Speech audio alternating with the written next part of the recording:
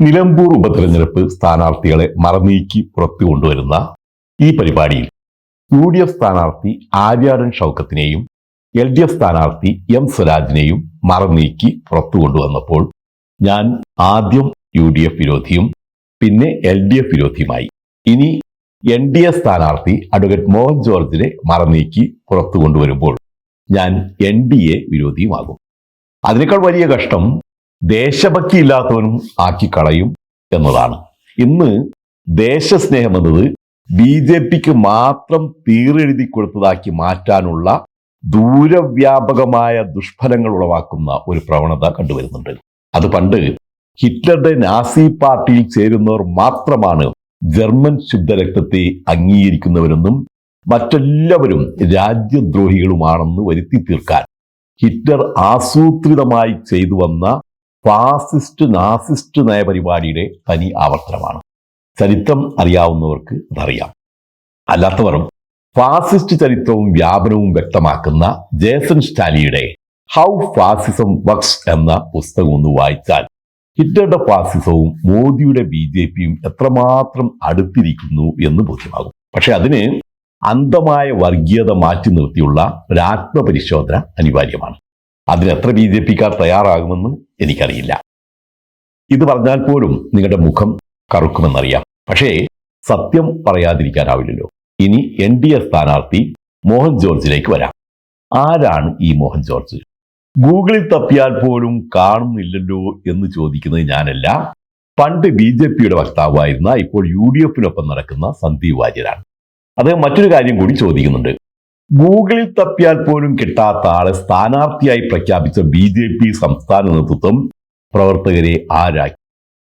ഇതാണ് അദ്ദേഹം ചോദിക്കുന്നത്. സത്യമാണ്, BJPക്ക് വേണ്ടി ആത്മാർത്ഥമായി പ്രവർത്തിച്ച കഴിവും പ്രാപ്തിയുമുള്ള എത്രയോ പേരുണ്ട്. അവരെല്ലാം എന്നും പ്രവർത്തകർ മാത്രമാണ്. വലിഞ്ഞു കയറി വന്നവർക്കാണ് BJPയിൽ എന്നും സ്ഥാനവും മാനവും ഉള്ളത്.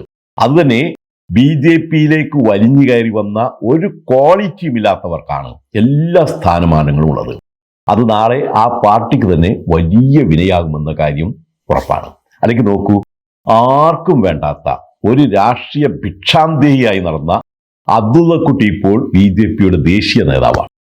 കോൺഗ്രസിൽ ഒരു സ്ഥാനത്തിന് വേണ്ടി എത്രയോ തവണ അവരുടെ അകത്തളങ്ങളിൽ അലഞ്ഞു തിരിഞ്ഞ സുരേഷ് ഗോപി ഇന്ന് കേന്ദ്രമന്ത്രിയാണ്.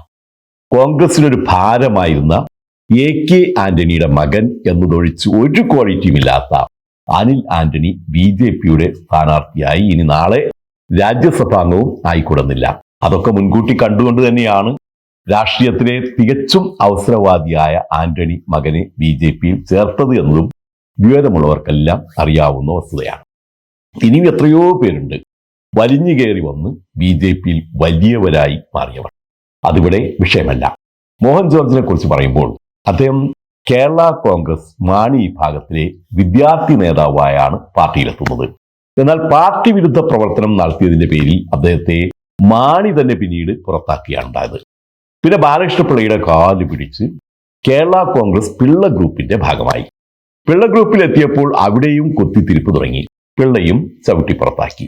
പിന്നെ ഫ്രാൻസിസ് ജോർജിന്റെ കാല് പിടിച്ച് ജനാധിപത്യ കേരള കോൺഗ്രസ് ആയി.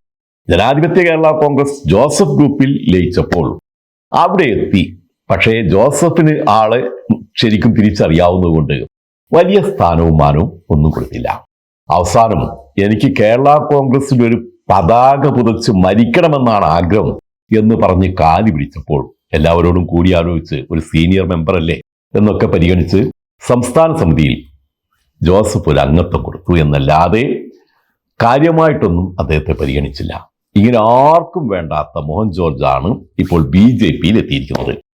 BJP സ്ഥാനാർത്ഥിയായി പ്രഖ്യാപിക്കുമ്പോൾ അദ്ദേഹം BJPയുടെ ഒരു കേവല അംഗം പോലും അല്ലെന്നോർക്കണം. മറിച്ച് UDFന്റെ ഭാഗമായ കേരള കോൺഗ്രസ് ജോസഫ് വിഭാഗത്തിന്റെ സംസ്ഥാന സമിതിയിൽ കേവലം ഒരംഗം മാത്രമാണ്.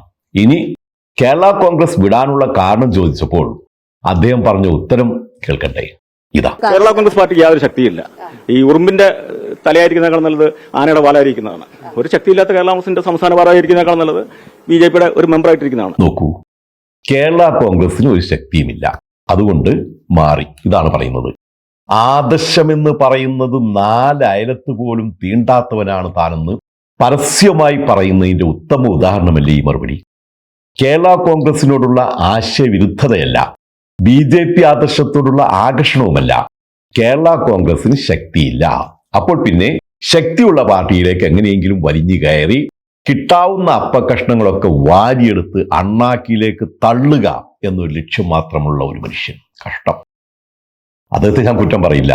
അദ്ദേഹത്തെയൊക്കെ സ്ഥാനാർത്ഥിയാക്കിയ BJPയുടെ കാര്യമാണ് കഷ്ടം, പരിതാപകരം എന്നാണ് പറയേണ്ടത്. ഇനി കേരള കോൺഗ്രസുകാരോട് ചോദിച്ചാൽ ജോസഫ് ഗ്രൂപ്പ് നേതാവ് മാത്യു വർഗീസ് പറയുന്നത് ഇങ്ങനെയാണ്. രാജ്യം ഭരിക്കുന്ന ഒരു പാർട്ടി, ആ പാർട്ടിക്ക് ഒരു സ്ഥാനാർത്ഥിയെ കണ്ടെത്താനില്ലാതെ അവർ ഇങ്ങനെ സ്ഥാനാർത്ഥി ദാരിദ്ര്യം മുഖാന്തരം എല്ലാ മേഖലകളിലും അവർ പൈസയും പദവിയും നൽകി അവർ പാർട്ടി സ്വീകരിക്കുന്നതിന് നമ്മൾ എന്ത് ചെയ്യാനാണ്? അത് തികച്ച BJP എന്ന പാർട്ടിയുടെ സമ്പൂർണ്ണ പരാജയമാണ്. അപ്പോൾ എല്ലാ ഭിക്ഷാന്തേയികൾക്കും ഇടം കിട്ടുന്നൊരു പാർട്ടിയായി BJP മാറി എന്നതിന്റെ മറ്റൊരു ഉദാഹരണം കൂടിയാവുകയാണ് മോഹൻ ജോർജ്.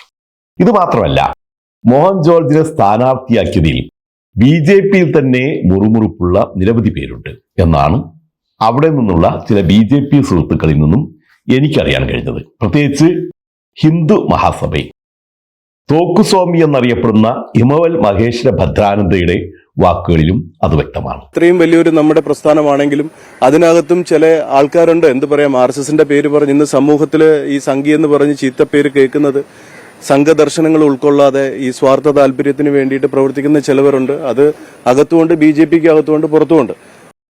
ക്രിസ്തീയ വോട്ടുകൾ മുന്നിൽ കണ്ടാണ് BJP മോഹൻ ജോർജിനെ സ്ഥാനാർത്ഥിയാക്കിയതെന്ന് കരുതാം. പക്ഷെ അവർക്കിടയിലും വലിയ മതിപ്പൊന്നുമില്ലാത്ത നേതാവാണ് അഡ്വക്കേറ്റ് മോഹൻ ജോർജ് എന്നതാണ് വസ്തുത. അതിലെ മാർത്തോമ വിഭാഗത്തിന്റെ വോട്ട് ലഭിക്കുമെന്നാണ് പ്രതീക്ഷയെങ്കിൽ അതും അസ്ഥാനത്താണ്.